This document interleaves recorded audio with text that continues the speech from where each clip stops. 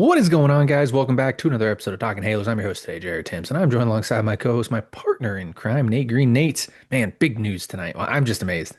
Wow. Yes. I mean, like I said, you and I have been going back and forth about this for a month or so, trying to figure out what we could get for this guy. I thought it was going to be a good haul. You said no shot, and it still beat my thought of what the Angels could get for him. So, unbelievable job.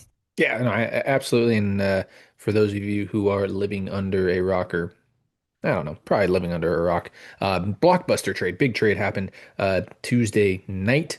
Basically as we're recording this, Angels traded Taylor Ward to the Baltimore Orioles in exchange for right-handed pitcher Grayson Rodriguez, former top five prospect in baseball. I think top five.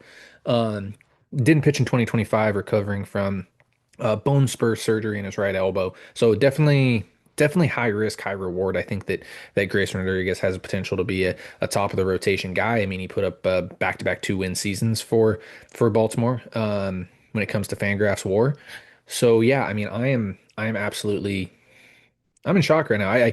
I didn't think that they were going to trade Taylor Ward. I really didn't. This really screws with our game, by the way, that we were going to play on the next podcast. Like I'll give us a little bit more time to fix what our game and join us for that next podcast. We had a really fun game plan for playing GM and such like that. But yeah, I didn't expect the Angels to trade Taylor Ward by any means. And I'm gonna say Taylor Blake Ward like 8 or 9 times this podcast. I can already tell. Um, but I definitely didn't expect them to trade Taylor Ward. I definitely didn't expect them to trade him for this package. High risk, high reward. Like I said, coming off the injury, hasn't been all that healthy. But when he is, he's one of the best pitchers in the American League. Has some of the best stuff in baseball, for sure. And the Angels have him under contract now until 2030. So that's it. That's a huge move. Would you consider this the best trade that the Angels have made in the Perry Minasian era? Yes. On paper. I know like hmm Grayson may Just never Grayson may never pitch for the Angels. We might look back in this and be like, "Oh, this was a bad trade." But right now, as we're doing this, on paper, this is the best trade that has been made so yeah. far.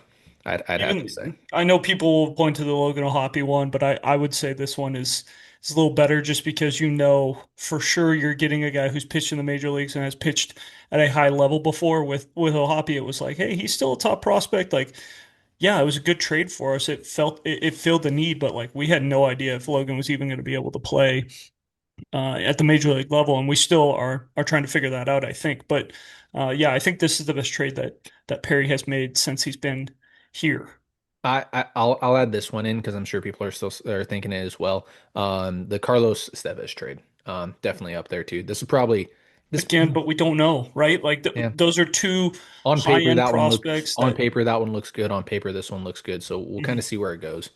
Um, but yeah, man, dude, I was not expecting this. Like you mentioned before, um, I I I personally I didn't think they were going to trade Taylor Ward. I also didn't think they were going to get a package. Not that it's a package, a player like this, let alone a package like this. I was thinking, maybe a couple top 15 prospects, something like that from a team in July. But man, yeah, to get a high upside pitcher like this, and hopefully to slot him in the rotation come spring is ginormous. Like it this is the I don't want to like hype this up, but this is probably the most excited that I've been in a while. I know the Angels got rid of a good bat in the lineup, but I think that the pitcher that they got in return helps out more. So I don't know. I mean, are you excited about that? Are you as Yeah, happy as I am? Like yeah, like no. I am. It's it's funny that we talk about this because I think for as long as I've been on the show, you and I hammered this probably a little bit more than you, but it's like, hey, the Angels need to get top of the rotation starting pitching. They have a bunch of four and fives. It's great, but they need a guy who could pitch in a playoff series if they were able to get there. And this feels like a guy who could pitch in a postseason series. Heck, he has made starts in a postseason for Baltimore, I believe, in their first round against Kansas City a couple years back. So like this is a guy that like a 101 win team went to the playoffs and said, this is one of our best three starters we got, and we're going to run them out there. So that's huge for this team. I think that's massive for the Angels just to be able to say, like, hey, we have a guy who could start a playoff game and we wouldn't be going, oh crap, hope he can get through 2 or 3 innings. It's like, no, this guy's got like top end stuff where he could be really, really good. Obviously, he's got the injury history. He's had 2 years of back-to-back injuries, but we'll see. And you brought up the playing GM thing. I was saying, and I thought you were going to veto this. I thought you legit were going to veto this on the, and I said either Taylor Ward and prospect for Mitch Keller or Taylor Ward and prospect for Sandy Alcantara.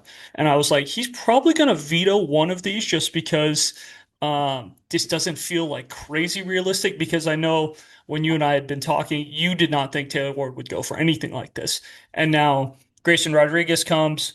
You get him for longer than Sandy. You get him longer for Mitch Keller. I think he has the upside of being a better pitcher than Mitch Keller. He has the upside of being a Sandy Alcantara. Like, I mean, this is a really good trade for the Angels at this moment, as long as he's healthy and able to pitch. But high risk, high reward. You got to be able to take a risk at some point because it feels like Perry is taking things very safe. Yeah, and the only reason why I was not expecting this type of player, and I got to kind of tip the cap for with Perry and staff for not going out and just trading Taylor Ward for some of the pieces that we were hearing before. Like, I don't know, I don't think we've mentioned on this podcast, but I mean, there was, the Angels were talking with the Mariners about, a possible fit there for a top 100 prospect. And then we heard it in the offseason a lot with Pittsburgh and the names that were coming back. It Nothing. wasn't like, I mean, everybody was joking Paul Skeens, right? But like, Or Bubba Chandler, and it was like, but that's yeah, not it was like, no, realistic either. that's not realistic, at all. And that like, Like it wasn't Ashcraft was the realistic. one that was being mentioned, right? Yeah, I mean, I'd have to go back and look at the. I'd have to go back and find the names because I do have names that were associated with it in Pittsburgh, and it wasn't. It was a couple top 10 prospects. Like Which, it yeah, was the shortstop college draft pick shortstop, and and Ashcraft, and a pitcher. What? No, Braden it Ashcraft. wasn't even I thought it was Ashcraft. Ashcraft, but It wasn't Ashcraft either. It was. If you talk long enough, I can go find the names. I do have a Um, question for you though, because this is really interesting to think about. So this is Perry's, third regime, shall we say, right? Because he had I won't even count the Joe Madden regime as his. He had the Phil Nevin regime, right? Was able to bring in a pitching coach there, fired the pitching coach. Then he goes to Barry Enright with Ron, and now he comes in with Mike Maddox. And when you look at the pitchers that Arizona had with Barry Enright and Brett Strom, it was a lot of, you know, makeup pitchers. It wasn't stuff pitchers. It's a lot of like, hey, he's got a really good makeup. You look at what Mike Maddox has had in his career, he's got stuff, guys. And I think that's part of the reason he's been so successful is because he's got stuff galore. Like, I mean, you look at it, it's Evaldi, it's DeGrom, it's Leiter, who has really good stuff. It's Kumar Rocker, who's got really good stuff. It's I'm blanking on who else they had.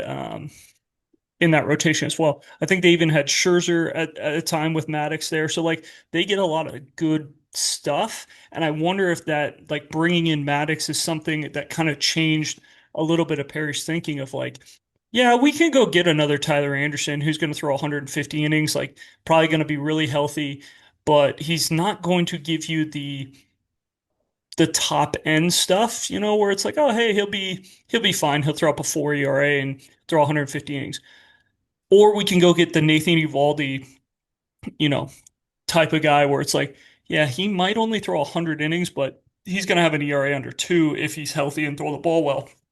So I wonder if that had anything to do with it, Maddox just coming in and being like, hey, we need guys with good stuff. We got to stop with this, 86 to 91 soft toss and righty, soft toss and lefty that, you know, just hope he doesn't walk anyone type of guy. And so I wonder if Maddox had anything to do with this because this feels more like the type of guys that Maddox has dealt with in the past rather than the type of guys the Angels have had in the last couple of years. I get what you're saying. I don't think so. I would say that it's more of a, and I don't like thinking this way, but Perry trying to keep his job. Also, side note, what I'm worried about with this offseason and just completely destroying a farm system, to keep job, but it could be Maddox. It definitely could be for sure. But I do think that, I mean, you would have to. I just don't. I don't even know. I'm not That's gonna. another, but that's I don't another know. thing I that you think and the I have Angels. talked about, right? Yeah, That I he think the has gotten a Angels. lot of safe, he has gone really safe with starting pitching. And at some point, you've got to be able to go out there and say, you know what, we got to take a risk. And like we got to go get a guy like fill in the blank with Nathan Eovaldi, because like Nathan Eovaldi and Tyler Anderson, they signed for roughly the same amount of money. They both had a draft pick attached to them. I think Eovaldi signed for like 15 and Anderson signed for 13 that first year. And Mhm. it was like, why didn't we go get Eovaldi? He was the way better pitcher. Like, yeah, he has the possibility of ripping his UCL or whatever, but like when he is on, he's a dude. And I don't know, it just feels like Kyle Hendricks, another guy where it's like, oh well, we'll just go get another guy who has the makeup of a starting pitcher rather than, hey, let's go get a guy that has elite stuff and hopefully we can figure out how to hone it in, kind of add him to Jose Soriano, um, add him with Reed Detmers, who actually has pretty good stuff as well. And it's like, yeah, you got Kikuchi in there who's kind of the makeup guy, but you always need at least one or two of those guys in the rotation. But it felt like the Angels were running out four or five, like number four starters, where for me and you, it's like that's the 88, 91 guy, 90, 92 guy with average command, average stuff. And it's like, it's fine. But, this feels like the first time that they're running out there a guy where it's like, hey, he could strike out 15 in a game if he's got it rolling. So I think that this is awesome. The biggest concern with him is going to be can you keep him healthy? Can you keep him on the field? And if you can, this is an unbelievable trade for the Angels. If you can't, I mean, you still have him for 4 years, 5 years, Four, four, unless he's a super two guy or super two in a sense. He which, gets that extra yeah. year. But So at least 4 more years.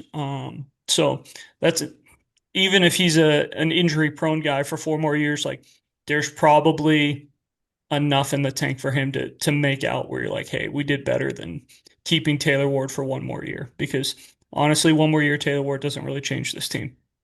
no, no, and I mean we've been saying that for a while. Like the win, I've been saying this for a while, and I don't think a lot of people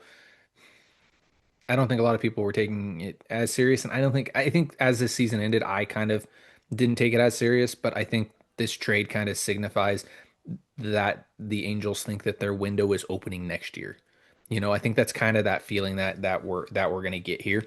Um, and we'll see. We'll talk about it next podcast because there's been a lot of news surrounding the Angels over the past couple of days of are they going to spend, are they not? There have been so many dang reports. I really still don't even want to get into it, but if this is a sign of things to come, I think that we see them spend now at this point. I really do. Like as weird That's as that sounds, that's you hard have. to say though, because they just saved $11 million. Yeah. Oh, yeah. And I still think so. Like moving forward now. By the way, so side to bring it back, Mitch Jebb was a big name in the Pirates, and Yes. I think it was also Thomas Harrington. Don't quote me on the Harrington thing. I know for a fact it was Mitch Jebb, plus others. I really want to say it was Thomas Harrington as well, but I'm gonna probably get corrected on that. Um, but yeah, I mean, regardless, like I I have a couple different thoughts in my head. I'm trying to even them out, like get them all in order here. So with the Pirates thing, to get even like close to what the Angels just got, I mean, you couldn't do it. You It would with have been this Mitch trade. Keller for it would have been like basically Mitch Keller for and a prospect for Taylor Ward probably because Yeah, um it's just I don't know. It just doesn't make a lot of sense in Pittsburgh. Unless I mean, yeah, supposedly they're trying to spend money this offseason. They're trying to we'll tell see. people that they're going to spend more than $12 million. So Yeah, we'll see for sure. So, and then I mean, so moving forward, that you do have a lot of questions, and I want mhm. to get this. I definitely want to get this or a podcast wrapped up here. You got to look in left field and wonder what they're going to do in left field now. Um, which they did save some money there. They also can save more money by you know trading Robert Stevenson, trading Jorge Soler. I don't know if they're going to be able to pull both those guys off, but if they can, they'll save even more money to be spending this offseason. They'll have quite a bit of money to spend if they're able to do all three of those. And I actually do expect them to pull off at least one of those trades here, probably in the next week, I'd say. Um, if you're gonna like when you think about it, you have to the way the Angels and by the way the Angels work, I say Artie Moreno works is I think that he likes to have things set in stone before that. Like he doesn't like to change stuff last minute. Like I think we've seen that with like this is what we're doing. This is how we're doing it. And I think that Perry and staff have to make a couple more trades for him to be like, yes, that this is what we're doing to save more money. And I think that you have to trade Robert Stevenson or Jorge Soler maybe in the next week or so to really like sway Artie, I think. Like I think that you're still trying to like and I think this is why we're getting all these different reports right now is that Artie's still kind of on the fence on what they're going to do. I think that Perry has an idea of what he wants to do, but I think that Artie still needs to be swayed on what he needs to do and I think the Angels need to make one more trade to clear money. Whether that's Soler, whether that is Stevenson, I don't know what it would be, and I don't know if you're able to do something like that. So Would you be shocked if they go into the year with Jorge Soler and Mike Trout as their penciled in left fielder, Joe Adell as no, their penciled in right fielder, and Mike Trout, Jorge Soler as the DH? Just, hey, we'll play no. whoever's healthy. Like, I I think would I not be think that shocked at all if they decide to go that route. I think Which I so. would I would say that's a huge, huge, huge mistake because that's not learning from the past. Like Yeah. you have to you actually have to learn from the years past of like, hey, how many years in a row have we started Mike Trout in center field and said, hey, he's going to play 150 games and he's played 70 games. And then it's like, oh, hey, we got a great idea. We're going to move him to a corner.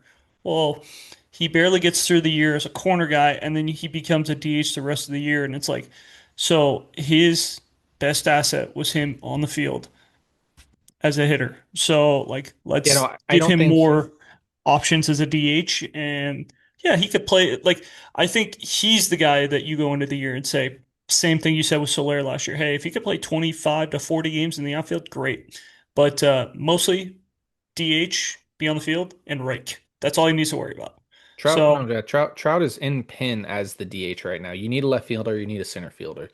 but Um, but you know what I'm saying? Like they could easily just be like, "Hey, Jorge Soler, split time with Trout in left field and no, no, I think I don't think I think that Trout is pinned in as a DH now. I would be shocked if they said, "Hey, like go, we want you to play left field." I get what you're saying, but I just don't see that happening. Not with Mike Trout, at least. Like unless Mike Trout's going to talk him into it, and then at that point it's like, okay, like sure, Mike, like we'll let you play a couple games out in left field or something like that. But I don't see it happening. I think you have to now find a way to trade Jorge Soler, which 100%. I don't know if No, that'll happen or not. I think that like if Jorge Soler is a bench coming off or a piece coming off the bench is it's wasted for sure. But I think that you're able to trade Soler and you have to go try to clear the Robert Stevenson contract is as well off the books too. So yeah, I don't know, man.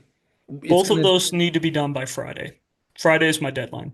um I think you have to make That's when the non-tender deadline is Friday. So that gives them a chance to go kind of do what they did last year, but the opposite. Instead of giving up a non-tender guy for Soler, it's like, hey, we'll take a non-tender guy for Soler. And it kind of takes money off the books for the other team and doesn't really add money to your books. Same thing with the Stevenson. Kind of take a bad the guy doesn't even have to be good. Like just give me somebody that you're going to non-tender and we'll figure it out from there. But yeah. I think Friday's the big day for the Angels to get two and find out if they can get at least one more of those trades through where it's like, hey, we got rid of Stevenson or Soler.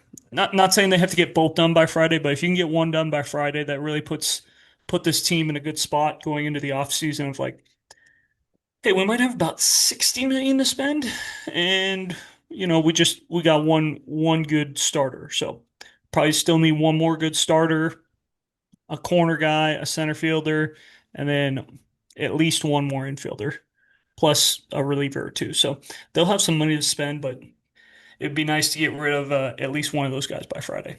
Yep. So you got any final thoughts before I let everybody go? Like I said, I want to keep this Great. decently short.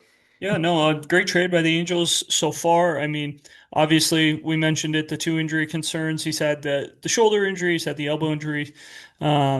But yeah, when Grayson Rodriguez is healthy, he has he has ace stuff. So that's something the Angels haven't really had in a long time. A guy that you could say like, man, this guy could be an ace or he is an ace.